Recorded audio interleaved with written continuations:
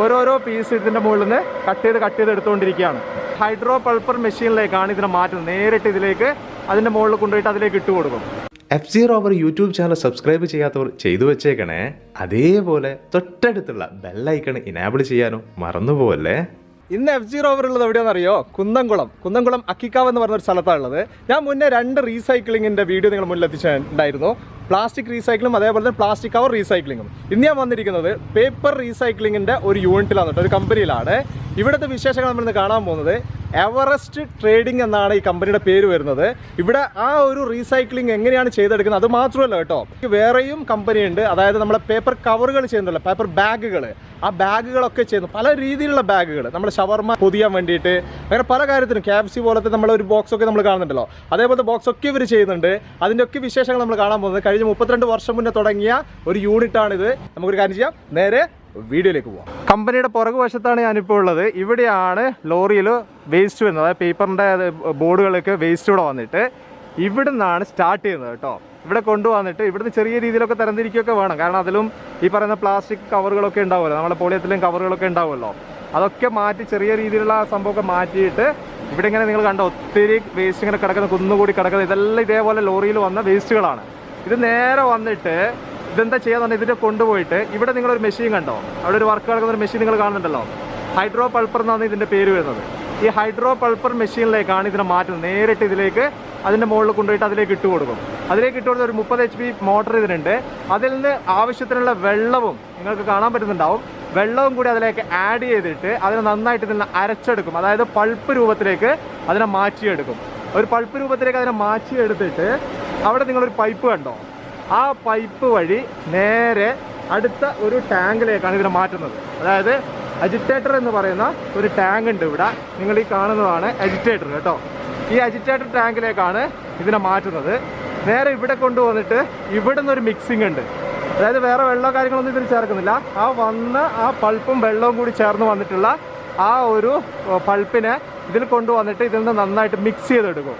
Mix ചെയ്തെടുത്തിട്ട് നിങ്ങളുടെ ഈ കാണുന്ന ഈ ടാങ്കിലേക്കാണ്, ഈ ചെറിയൊരു ടാങ്കിലേക്കാണ് പിന്നെ ഇതിനെ മാറ്റുന്നത്. ഈ ടാങ്കിലേക്ക് ഇതിനെ മാറ്റിയിട്ട് നിങ്ങൾ 2 ഭാഗത്തും കണ്ടോ, 2 സൈഡിലായിട്ട്, ഒരു സൈഡിൽ നിങ്ങൾ വെള്ളവും കാണുന്നുണ്ട്, ഒരു സൈഡിൽ ഈ പൾപ്പും വന്ന് നിറഞ്ഞുകൊണ്ടിരിക്കുകയാണ്.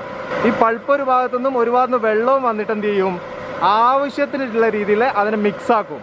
ആ മിക്സാക്കിയിട്ട് ഈ കാണുന്ന ഈ പൈപ്പ് വഴി ഇങ്ങനെ വന്നിട്ട് നേരെ ഈ ഒരു ചെറിയൊരു ടാങ്കിലേക്ക്, ഈ ടാങ്കിൽ നിന്ന് നിങ്ങൾ അവിടെ ഒരു പൈപ്പ് കണ്ടോ നിങ്ങൾ, ആ പൈപ്പ് വഴി നേരെ ഇത് ഈ ഒരു മെഷീനിലേക്ക് കടക്കാൻ പോവുകയാണ്. അതായത് മോൾഡിങ് മെഷീനിലേക്കാണ് ഇത് കടക്കാൻ പോകുന്നത്. കണ്ടോ ഈ പൈപ്പ്, ആ പൈപ്പാണ് നിങ്ങൾ ഈ കാണുന്നത്. ഇതുവഴി നേരെ ഇതിൻ്റെ ഉള്ളിലേക്ക് കയറുകയാണ്. ഈ കാണുന്നതാണ് പൾപ്പ് കേട്ടോ, കണ്ടോ നിങ്ങൾ, ഇതാണ് പൾപ്പ്, അരച്ചു വന്ന പൾപ്പ്. ഈ പൾപ്പ് ഇവിടെ ഒരു ഡ്രമ്മിലേക്ക്, അതായത് നെറ്റുള്ള ഒരു ഡ്രമ്മിലേക്ക് കയറുകയാണ്. ഇതിങ്ങനെ കറങ്ങിക്കൊണ്ടിരിക്കുമ്പം ഈ പൾപ്പ് അതിൻ്റെ മുകളിൽ കയറി പിടിക്കുകയാണ്. ഒരു ടൈപ്പ് നെറ്റാണ് നിങ്ങൾ ഈ കാണുന്നത്. ഈ നെറ്റ് ഇതിങ്ങനെ പോയിക്കൊണ്ടിരിക്കുന്നുണ്ട്, ഇതിൻ്റെ മുകളിലൂടെ ഇങ്ങനെ കറങ്ങിക്കൊണ്ടിരിക്കുന്നുണ്ട്. ഈ നെറ്റിലേക്ക് ഇത് കയറി പിടിക്കും. ഇത് നെറ്റിലേക്ക് കയറി പിടിച്ചു കഴിഞ്ഞാൽ നിങ്ങൾക്ക് ഞാൻ കാണിച്ചത് ഈ ഒരു ഭാഗത്തായിട്ട് ഞാൻ കാണിച്ചു തരാം.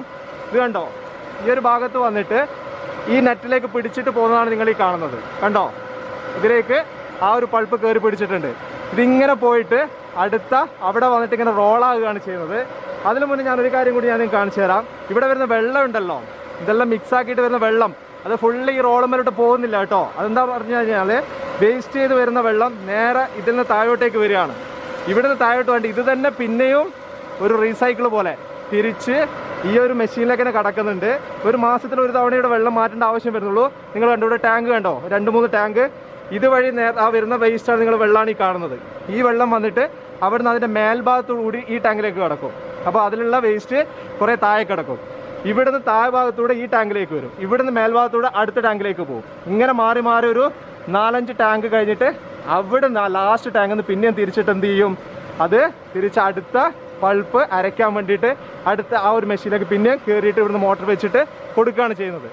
ഇതൊക്കെ കഴിഞ്ഞിട്ട് ഇത് ചെയ്തെടുക്കുന്ന കാണുന്നു നമുക്ക്. നേരെ നിങ്ങൾ കണ്ടോ, ഈ നെറ്റിൻ്റെ മുകളിലൂടെ വരുന്ന ആ പൾപ്പ് ഇവിടെ വന്നിട്ട് റോളാകുകയാണ് ചെയ്യുന്നത്. ഇവിടെ റോളായിട്ട് കണ്ടോ, ആ രീതിയിൽ അവിടെ വന്ന് റോളായിട്ട് അവിടെ നിന്ന് കട്ട് ചെയ്തിട്ട് ഇങ്ങെടുത്തിട്ട് ഇവിടെ വെച്ചുകൊണ്ടിരിക്കുന്ന കേട്ടോ നിങ്ങൾ. ഇതേപോലെ അവിടുന്ന് ഓരോരോ പീസായിട്ട് അവിടുന്ന് കട്ട് ചെയ്തെടുത്തിട്ട് ഇവിടെ കൊണ്ടുപോയിട്ട് ഇതൊരു വെള്ളത്തിൻ്റെ ഒരു അംശമൊക്കെ ഉണ്ട് ഇതിൻ്റെ മുകളിൽ. ഓരോരോ പീസ് ഇതിൻ്റെ മുകളിൽ നിന്ന് കട്ട് ചെയ്ത് എടുത്തുകൊണ്ടിരിക്കുകയാണ്. ഇത് ഇനി എന്താ ചെയ്യുകയെന്ന് പറഞ്ഞു കഴിഞ്ഞാൽ ഇതിനെ കൊണ്ടുപോയിട്ട് വെയിലിൽ ഉണക്കിയെടുക്കണം. കാരണം വെള്ളത്തിൻ്റെ അംശം ഉണ്ടല്ലോ, ആ വെള്ളത്തിൻ്റെ അംശം ഉള്ളത് കൊണ്ട് തന്നെ ഇതിനെ ഉണക്കിയെടുക്കാൻ വേണ്ടിയിട്ട് വലിയൊരു സ്ഥലത്ത് ഇതിനെ വിരിച്ചു വെക്കും. ആ വിരിച്ചു വെച്ചിട്ട് അവിടുന്ന് എടുത്തതിന് ശേഷം അടുത്ത ഒരു മെഷീനിലേക്ക് ഇതിനെ മാറ്റണം. കാരണം ഇതിൻ്റെ മുകളിൽ ചെറിയ രീതിയിൽ റഫായിരിക്കും, കാരണം സ്മൂത്ത് ആയിരിക്കില്ല. അതുകൊണ്ട് തന്നെ അടുത്തൊരു മെഷീൻ, കലണ്ടറിങ് എന്ന് പറയുന്ന ഒരു മെഷീനിലേക്ക് ഇത് കണ്ട നിങ്ങൾ ഉണക്കിയെടുത്തിട്ട് ഉള്ളിലേക്ക് വന്ന ആ ഒരു മെറ്റീരിയലാണ് ബോർഡാണ് നിങ്ങൾ ഈ കാണുന്നത്. ഇത് കുറച്ച് റഫാണ്, കുറച്ച് ഒരു ഹാർഡ് ഓൺ റഫുമാണ്. ഇതിനൊന്ന് സ്മൂത്താക്കി എടുക്കാൻ വേണ്ടിയിട്ടാണ് ഈ കലണ്ടറിങ് മെഷീനിലേക്ക് മാറ്റുന്നത്. ഇത് നിങ്ങൾ കണ്ടോ, ഇവിടുന്ന് ഈ ഉണങ്ങിയ ആ ബോർഡുകൾ ഇതിലേക്ക് കൊടുക്കുന്ന സമയത്ത് പുറത്തേക്ക് ഇപ്പുറം ഭാഗത്തേക്ക് വരുമ്പോഴത്തേക്ക് നന്നായിട്ടത് സ്മൂത്തായിട്ടുണ്ടാവും. ഇതേപോലെ ഇത് കണ്ടോ നിങ്ങൾ, നന്നായിട്ട് ഇത് സ്മൂത്തായിട്ടുണ്ട്. ഇത് കഴിഞ്ഞിട്ട് ആവശ്യത്തിനുള്ള രീതിയിൽ ഇതിനെ കട്ട് ചെയ്തെടുക്കുകയാണ് അടുത്ത ഒരു പരിപാടി എന്ന് പറയുന്നത്. ഏത് ആവശ്യത്തിനാണ് ഇത് എടുക്കുന്നത് ആ രീതിയിലേക്ക് ഇതിനെ കട്ട് ചെയ്തെടുത്ത് പിന്നെ ചെയ്യാൻ പോകുന്നത് ഇതിനെ സോർട്ട് ചെയ്തെടുക്കുക എന്ന് പറയുന്ന പരിപാടിയാണ്. സോർട്ട് ചെയ്തെടുക്കുക എന്ന് പറഞ്ഞു കഴിഞ്ഞാൽ ഇത് 8 ഔൺസ് മുതൽ 40 ഔൺസ് വരെയാണ് ഇതിൻ്റെ തിക്നെസ് വരിക. ആ തിക്നെസ് കറക്റ്റ് ചെയ്യണം. എന്ത് പർപ്പസിനാണ് ഇത് എടുക്കുന്നത് ആ പർപ്പസിന് വേണ്ടിയിട്ടുള്ള തിക്നെസ് മാത്രമേ ഇത് മാറ്റി വെക്കുന്നത്.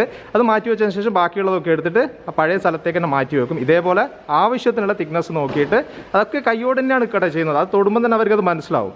ഇതെന്തിനൊക്കെ വേണ്ടി ഉപയോഗിക്കുന്നത് ചോദിച്ചു കഴിഞ്ഞാൽ പല കാര്യത്തിനും വേണ്ടിയിട്ട് ഇത് പിന്നെയും യൂസ് ചെയ്യാൻ പറ്റുന്ന രീതിയിലാണ് ഇവിടെ എടുത്തുകൊണ്ടിരിക്കുന്നത് കേട്ടോ. നമ്മൾ ബുക്കിൻ്റെ ഒക്കെ ബൈൻഡിങ്, നമ്മൾ ബുക്ക് ബൈൻഡിങ് ചെയ്യാൻ, ഫയലിൻ്റെ പുറകിൽ യൂസ് ചെയ്യാൻ, നമ്മൾ ബിൽ ബുക്കൊക്കെ കണ്ടില്ല അതിൻ്റെയൊക്കെ പുറകിൽ യൂസ് ചെയ്യാൻ വേണ്ടിയിട്ട്, അങ്ങനെ പല കാര്യത്തിനും വേണ്ടിയിട്ടും. അതേപോലെ തന്നെ നമ്മൾ കുഷ്യനില്ല, കുഷ്യൻ്റെ പുറകിലൊക്കെ യൂസ് ചെയ്യാൻ, നമ്മൾ ആദ്യ കാലഘട്ടത്തിൽ നമുക്ക് പ്ലൈവുഡൊക്കെ യൂസ് ചെയ്ത പോലെ തന്നെ ആ രീതിയിൽ ഉപയോഗിക്കാൻ വേണ്ടിയിട്ടും ഇത് എടുക്കുന്നുണ്ട്.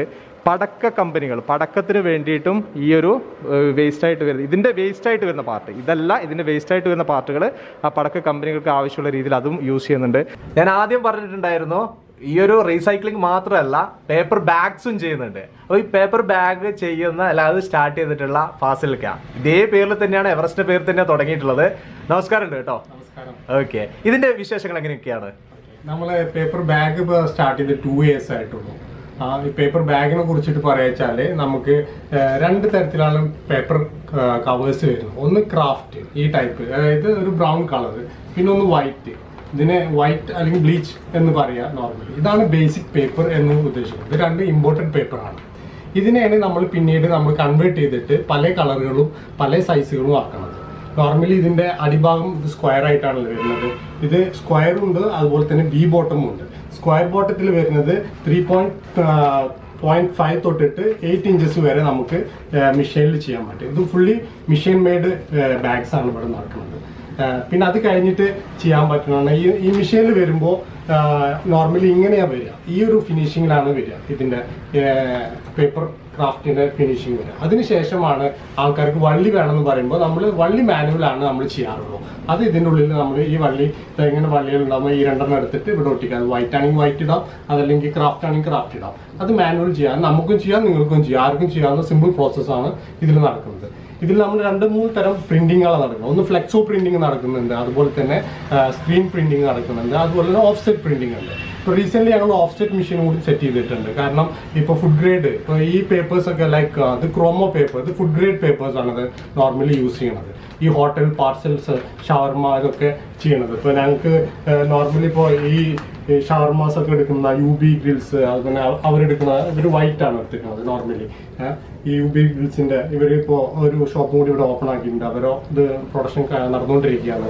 ഇപ്പോൾ ഇതൊക്കെ ഫുഡ് ഗ്രേഡ്സ് ആണ്. പിന്നെ ചോക്കോനട്സ് ഇങ്ങനത്തെ എല്ലാം ഫുഡ് ഗ്രേഡ് പേപ്പേഴ്സ് ആണ് യൂസ് ചെയ്യുന്നത്. നോർമലി ഇത് എല്ലാം ഇമ്പോർട്ടഡ് പേപ്പേഴ്സ് ആണ് ഈ കാര്യങ്ങളൊക്കെ ചെയ്യുന്നത്. പിന്നെ ഇതിനോടൊപ്പം തന്നെ നമ്മൾ ഇതിന് പറയണതാണ് ഒരു പേപ്പർ ബാഗ് കൂടിയുണ്ട്. ഇത് ഡ്യൂപ്ലെക്സ് ബോർഡ്, ഇങ്ങനത്തെ കട്ടിയുള്ള ബാഗ്സ്, ഇതിന് പറയുന്നത് ഡ്യൂപ്ലെക്സ് ബോർഡ്. മറ്റത് ക്രാഫ്റ്റ് അല്ലെങ്കിൽ വൈറ്റ് GSM പേപ്പേഴ്സ് ആണെന്ന് പറയുന്നത്. ഇത് ഡ്യൂപ്ലെക്സ് ബോർഡ് എന്നാണ് ഇതിന് നോർമലി പറയുക. ഇതിന് പല സൈസും, ഒരു 5-6 സൈസ് നമുക്ക് ചെയ്യാൻ പറ്റും. ഇത് മെഷീൻ മെയ്ഡ് തന്നെയാണ്, പക്ഷെ ത്രെഡിങ്ങും കാര്യങ്ങളൊക്കെ മാനുവലായിട്ടാണ്. ഇതുകൊണ്ട് തന്നെയാണ് നമ്മൾ ഈ ഷവർമയുടെ ഈ പോക്കറ്റ്, ഇപ്പോൾ ട്രെൻഡിങ് ആയിട്ടുള്ള സംഭവമാണ് ഷവർമ പോക്കറ്റ്, ഇതൊക്കെ ചെയ്യണത്. ഇതൊക്കെ നോർമലി തമിഴ്നാട്ടിൽ നിന്ന് അവിടെ നിന്നൊക്കെയാണ് ഇപ്പോൾ നോർമലി ചെയ്യുന്നത്. പക്ഷെ നമുക്കിത് ഇവിടെ തന്നെ ചീപ്പായിട്ട് ചെയ്യാൻ പറ്റും. ഫുഡ് ഗ്രേഡ് ഏത് തിക്നെസ്സിനും ഏത് ഇതിനു വേണ്ടി നമുക്ക് ഇത് ചെയ്യാൻ പറ്റുന്ന കേസസ് ആണ് ഉള്ളൂ. ഇതിപ്പോൾ 2 years ആയിട്ട് നമ്മൾ നല്ല രീതിയിൽ ഇപ്പോൾ ത്രൂ ഔട്ട് കേരള നമ്മൾ സെല് ചെയ്തുകൊണ്ടിരിക്കുന്നുണ്ട്. ഇത്രയാണ് എവറസ്റ്റിന്റെ വിശേഷങ്ങൾ കേട്ടോ.